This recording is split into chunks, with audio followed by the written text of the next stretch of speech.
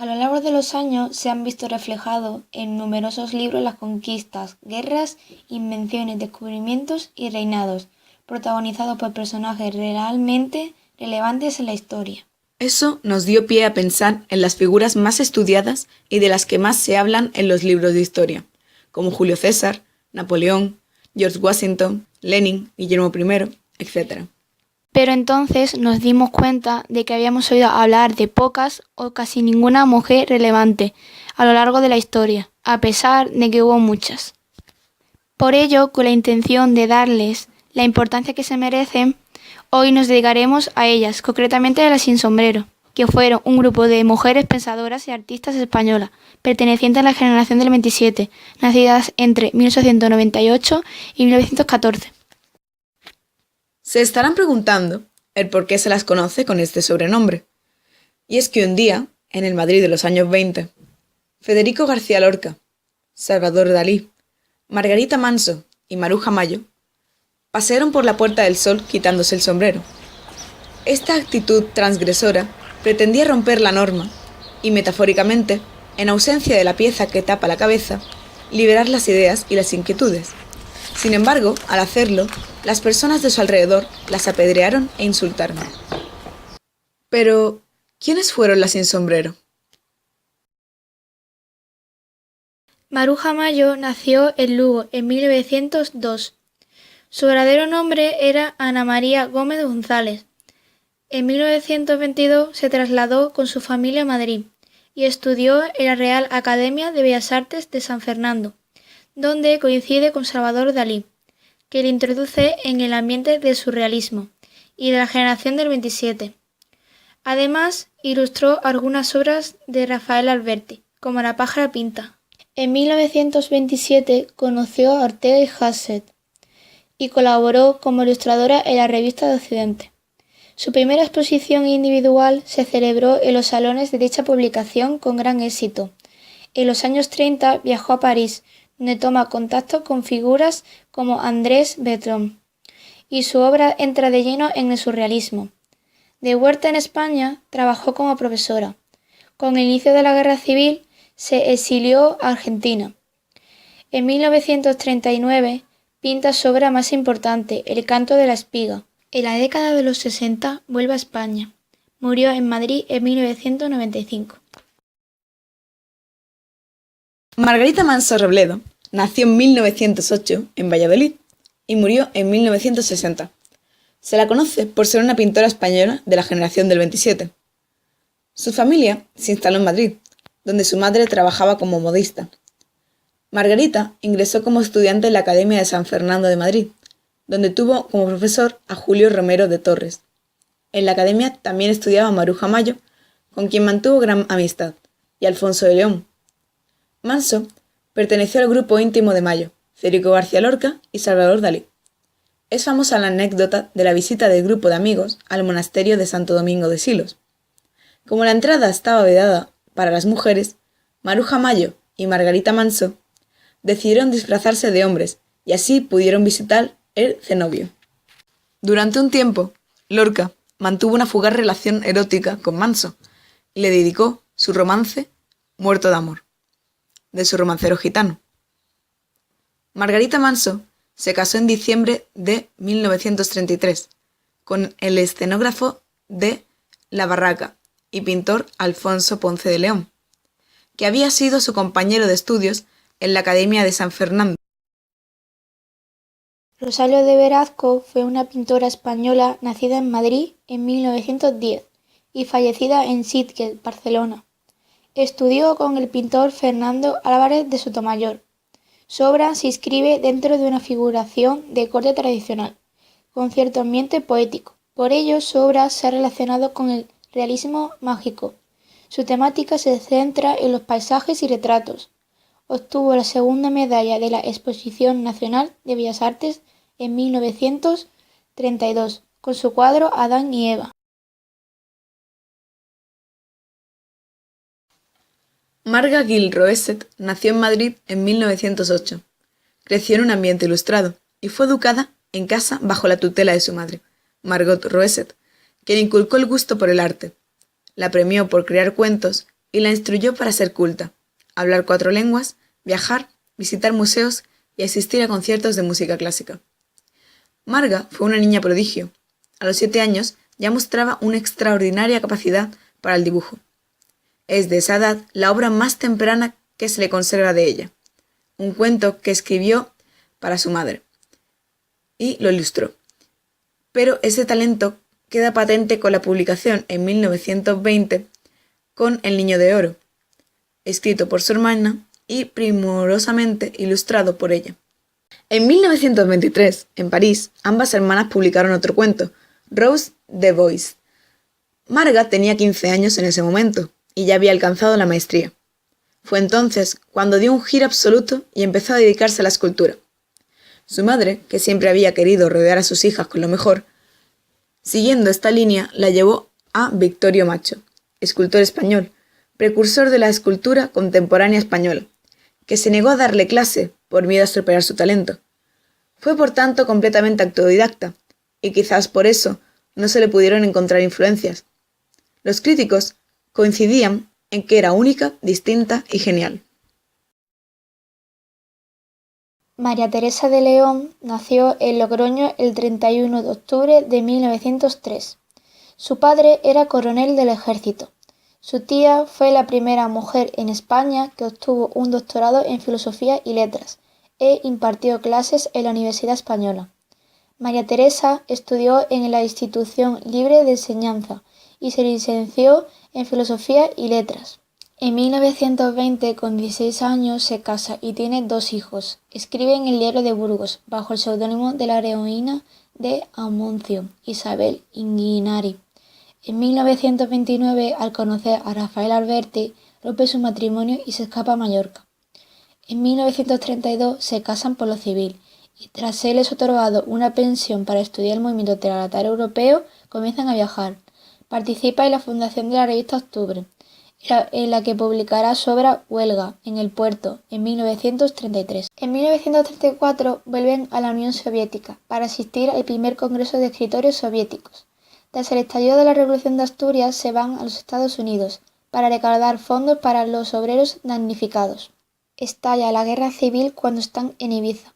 Fue secretaria de la Alianza de Escritores Antifascistas y fundó la revista El Mono Azul. Participó en la Junta de Defensa y Protección del Tesoro Artístico Nacional, que trasladó las obras de arte del Museo del Prado y el Escorial. Tras la derrota republicana se exilian en París, donde viven hasta finales de 1940, trabajando como traductores en la radio francesa París Mundial y como locutores para las emisiones de América Latina. Escribe en 1958 junto a Rafael Alberti Sonríe China. En 1963 se trasladan a vivir a Roma. El 27 de abril de 1977 vuelven a España, pero María Teresa pierde la memoria y cada vez más enferma.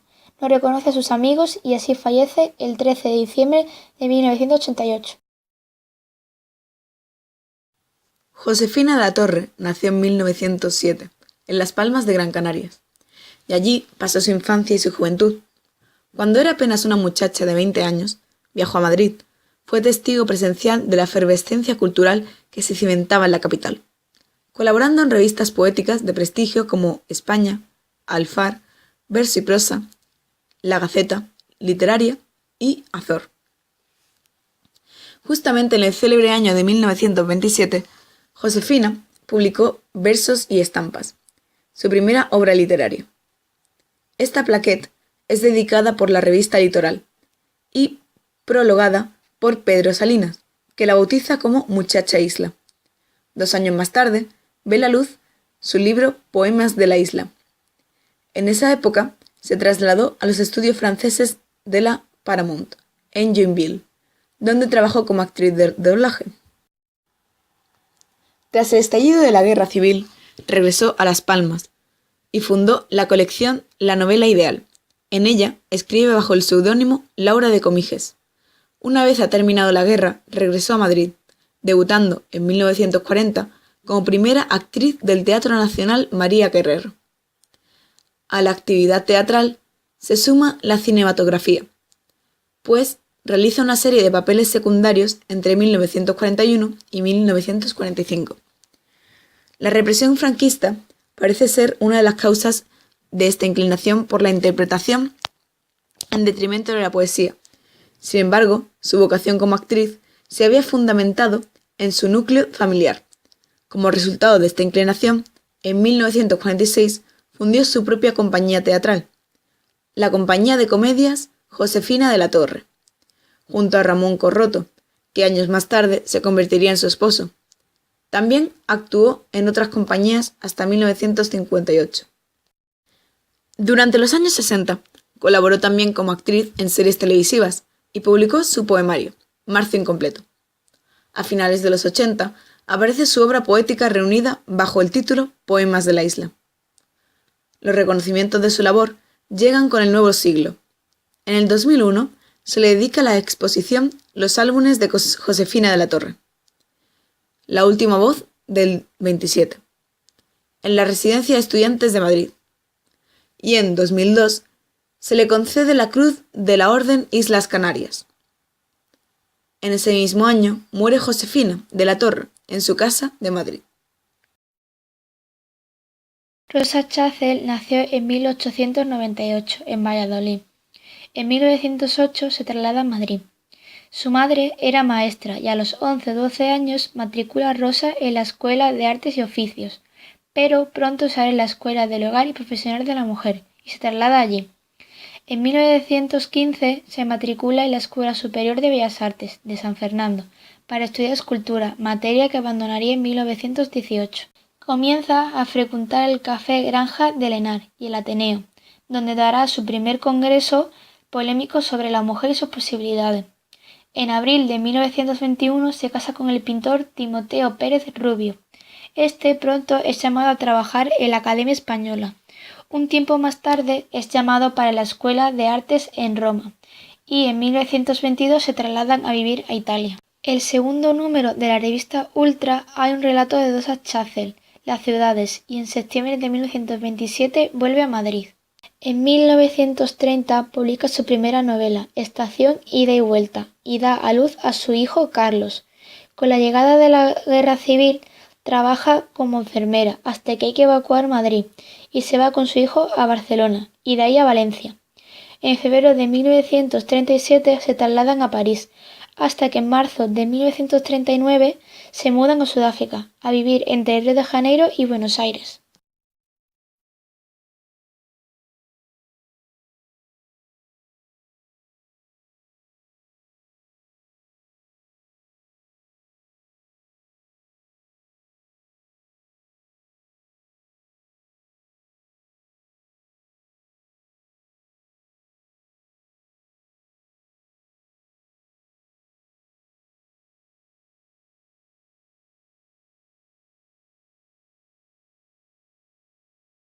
Hasta la muerte de su marido en 1977 continúa alternando su residencia entre Río de Janeiro y Madrid, pero finalmente se traslada a Madrid su residencia durante los años y Madrid. Siguientes se traslada a Madrid. Se dedica a rescatar sus obras. Siguientes sigue escribiendo y se dedica a rescatar sus obras.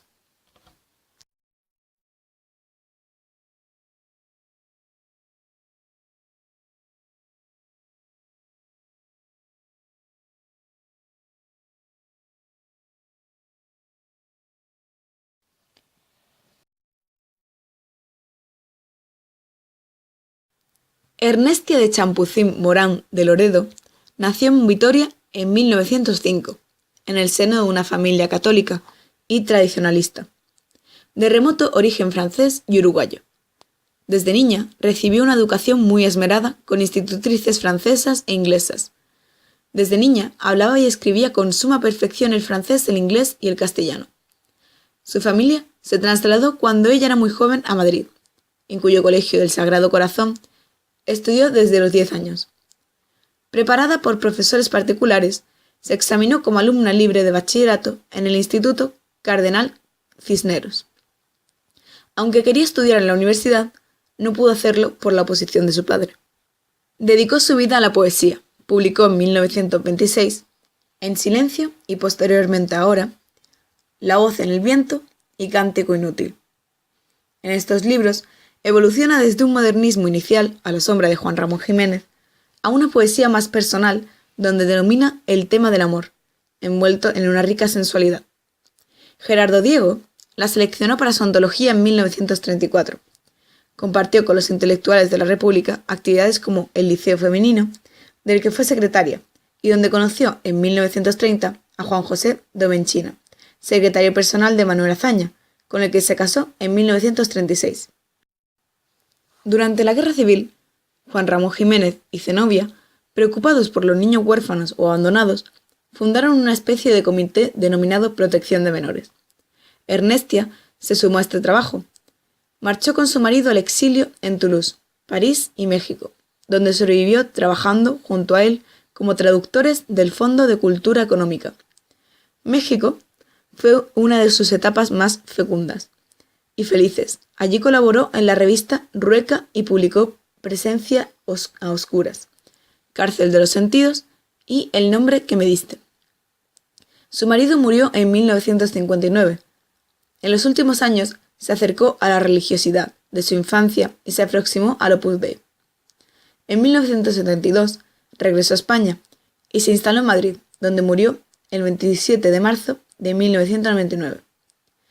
Ernestia Champucín representa una de las cimas poéticas de la denominada poesía pura, sin lugar a dudas, la más importante de este grupo femenino de la generación del 27. Concha Méndez Cuesta nació en Madrid en 1898. Siendo muy joven comienza a escribir poesía. Veraneando en San Sebastián, con 19 años conoce a Luis Buñuel y durante 5 años serán novios. Ese noviazgo y la amistad con Alberti Lorca les unirán al grupo del 27. Viaja por varios países, destacando Inglaterra y Argentina. Conoce a Manuel Artolaguirre en 1931. Un año más tarde se casan y viven de 1933 a 1935 en Londres, donde nace su hija Paloma. Junto con su marido contribuye a la difusión de la obra del grupo del 27, editando colecciones de poesías y revistas como Poesía Héroe 1616 y Caballo Verde para la poesía. Se exilian tras la Guerra Civil a París y La Habana, aquí hasta 1943. Un año después llegan a México, donde se separan. Sigue residida en México hasta su fallecimiento en 1986. En 1991 se publican sus memorias, sacadas de una cinta que había ido grabando. Ángeles Santos Torroella fue hermana del poeta y crítico de arte Rafael Santos Torroella. Se inició en el dibujo y la pintura a los 14 años, durante su etapa colegial en el internado de las esclavas concepcionistas de Sevilla. 2 años más tarde, se trasladó con sus padres a Valladolid, ciudad donde recibió clases de pintura, y a los 18 años dibujó Un mundo, óleo de gran formato que representa un extraño planeta surrealista, expuesto actualmente en el Museo Nacional Centro de Artes Reina Sofía. Tras realizar un par de exposiciones en Valladolid, su participación en el 9º Salón de Otoño de Madrid en el año 1929 incrementó su fama, teniendo como consecuencia la publicación de artículos que dieron razón de su pintura, medio expresionista, medio surrealista, de la mano de intelectuales y críticos como Jorge Guillén, Ramón Gómez de la Serna, Manuel Abril, entre otros. En 1931 realizó una exposición individual en París y en 1932 participó en la colectiva de artistas ibéricos en San Sebastián, Copenhague y la capital francesa. El año siguiente fue invitada a exponer en las muestras colectivas de Carnegie Institute de Pittsburgh y en 1936 figuró en el pabellón español de la Bienal de Venecia. En 1933 se trasladó a Barcelona, ciudad donde contrajo nupcias con el pintor Emilio Grau Sala, en 1936. En este periodo, Santos dejó de pintar, ya sea por relegar el arte a un segundo plano debido a su matrimonio y el nacimiento de su hijo Julián, o como señala Mercedes Prado, porque su estética frente al noucentrismo catalán entró en crisis, tras ser calificada de dura y poco amable, debido a su tilde expresionista y oscuro cromatismo. Hemos decidido hablar en último lugar de María Zambrano, que ha dado nombre a colegios, calles e incluso a la estación de tren de Málaga, debido a sus orígenes malagueños. María Zambrano nació en Vélez, Málaga, en 1907 y murió en Madrid en 1991.